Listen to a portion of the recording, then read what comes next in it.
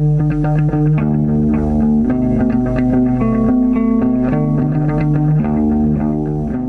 fait mon stage en Iran, dans la ville d'Ispahan. Ça s'est passé très bien. J'ai découvert plein de choses.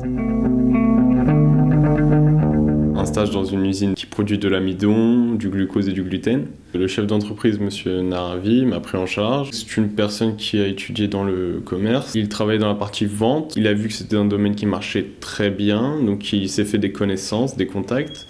Et puis avec 2 ingénieurs et architectes, il a donc monté sa propre boîte il y a 20 ans à peu près.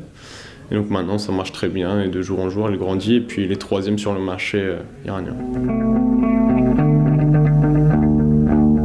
Alors plus la partie management, mais j'ai remarqué aussi que donc Monsieur Naravi, qui est chef d'entreprise, avait d'abord que la partie management donc pour ouvrir l'entreprise, mais comme il a travaillé dans une entreprise un peu similaire, il a eu son bagage technique. Et au final, il a bien associé le technique et le management, comme on le fait à l'IT actuellement. Ce que ça m'a apporté vraiment, c'est l'expérience de quelqu'un qui va monter une boîte de A à Z.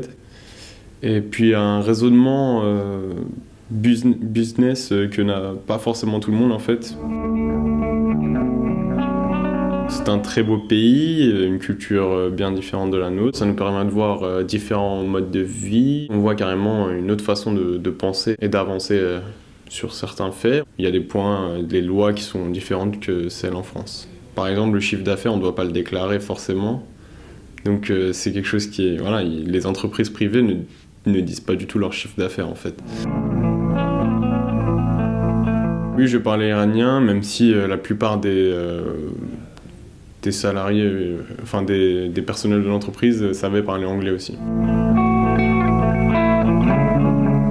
Moitié informatique, moitié management.